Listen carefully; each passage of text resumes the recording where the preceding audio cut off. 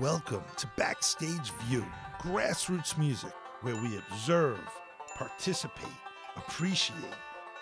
In this video segment, I sit down with the legend himself, Pete Wernick, an original member and co-founder of Hot Rise, arguably one of the most renowned bluegrass bands for the past 35 years. Pete was also the first president of the International Bluegrass Music Association, the IBMA. Re-elected each year from 1986 to 2001, he's penned numerous classic songs, banjo books, jam books, and has created the Wernick method for teaching jam classes. Pete has played with Bill Monroe, Earl Scruggs, Steve Martin, Jerry Garcia, and just about everyone else you can imagine. Join me in my conversation with this great innovator here on Backstage View.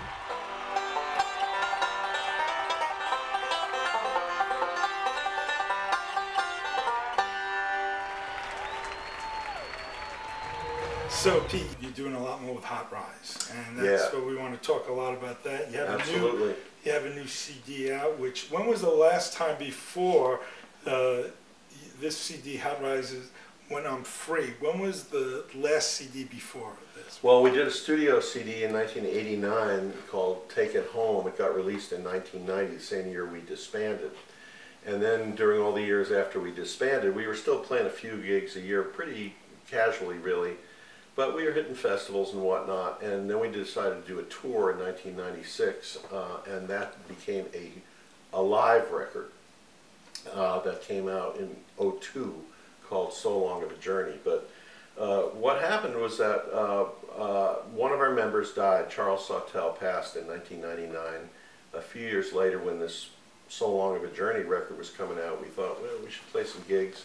We got Brian Sutton, great guitar player. So it's a good choice. We were so glad he said yes, and he's been a great member of the band now for 12 years. Just a rookie. Yeah, he knew his way around. Yeah, in fact, he was a kid growing up in North Carolina who was here in he was hearing us when we'd come to North Carolina as a kid. He had his picture taken with us, which we didn't remember, when he was 15 or something. And his whole family's into Hot Rise, and so he heard a lot of our material. And so when we started the band back up again in 2002, it was still casual though. We were mostly doing just pretty much the old stuff we had always done, which people liked and we liked it. But we started really getting itchy the last few years that we wanted to have something new, something we called the 21st century Hot Rise. So it used to be in the old days, the music would sort of emerge from us, new tunes would emerge from us while we were traveling, we'd learn them, do them on stage during sound check and then start doing them, and they'd end up on a record. So we weren't doing that enough, so we ended up having to carve out time. We would meet at wherever we could meet, Colorado, Nashville, sometimes on the road, and we would just work on songs, new material, and we ended up getting a whole batch of new material, most of it written by us. And we finally went in the studio in Boulder. Nick has a thing called E-Town, a great radio show, and they have a building called E-Town Hall. There's a studio. We brought in Dave Cinco, who was our idea, the best engineer we could get. He came from Nashville and we spent a week recording all this new stuff. You recorded in an unconventional way. Tell us about that.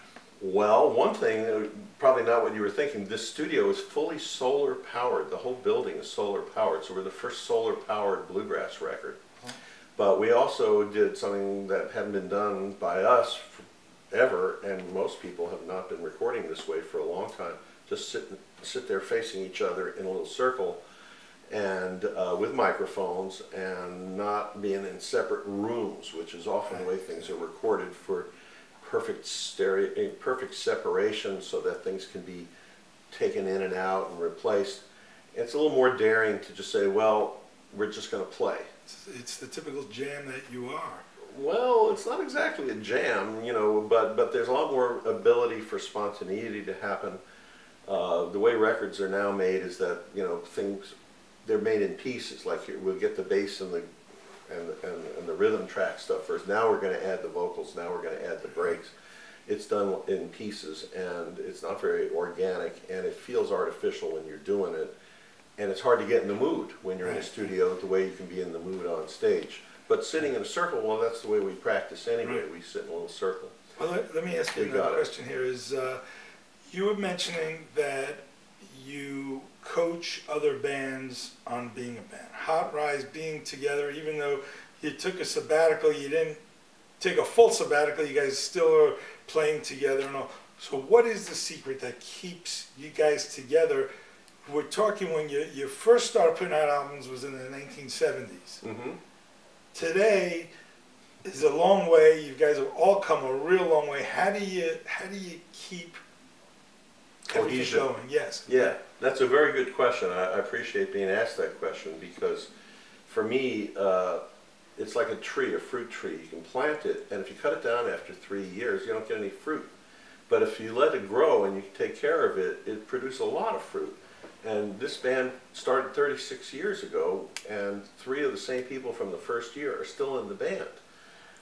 And we only had 1 turnover, like in all those years. So it's really cool to play with people that are kind of like brothers, and you kind of know each other's moves. But you can also get on each other's nerves, and you have a lot of tough decisions to make. You know, I wrote some songs I was pretty proud of that didn't make the record. You know. So you have to swallow a lot of stuff that might not have been your liking. But when you're in a band of 4 people and each one of us is in charge of a bunch of stuff in the rest of their life, you know, I joke about it, I say here we are 4 alpha males trying to do something together, you know, as a committee. And it can get a little, you know, spiky and everything just to, you know, make sure everybody gets their voice heard. But we are a democracy, and that is an important thing. Anything that anybody thinks is important can turn into a voting situation. And we even have a complex set of votes, the way we make decisions. So you can have strong yes, mild yes. You can have abstain. You can have proxy, like, well, this is so important to Nick, I'll let him have my vote. And right. Whatever. Is this what you advise other bands as well? I like democracy, but sometimes musicians, there's a musician personality that just wants to be told what to do, the sideman personality, and to go with that is the boss man personality, who just Bill Monroe was not about to take a lot of suggestions. He just, Doyle Lawson doesn't do it that way, he just tells people what to do. And that's a very workable model if you have a strong leader and people willing to follow. But what also happens is people after 3 years often move on and want to do something else that they're more in control of. So one of the secrets of Hot Rise, I think, is that we have always functioned as a democracy and everybody's voice gets heard. So if something happens not to your liking, you still got a chance to argue for it and then get voted down. Well, let me ask you, how does Red Knuckles and the Travelers get it? Oh, well, we don't let them vote at all. They don't vote? They don't have No, they don't vote. You know, this band travels with us. Some people think they're us, which is kind of insulting, but that's what some people think because Red Knuckles' voice sounds something like Tim's. But, you know, they're a country western sort of outfit that has their old-fashioned ways and their old-fashioned instruments, but a lot of people like them, and then they act goofy, and people enjoy a goofy part of a Hot Rise show. Pete, thank you so much for being part of our debut show, Backstage View, which really you've been so helpful, and I can't thank you enough so much. Glad to do it, Scott. Pete, You're doing good. Thank you so much. We have the new album by Hot Rise, When I'm Free, and I want to again thank you, Pete. All righty, will do.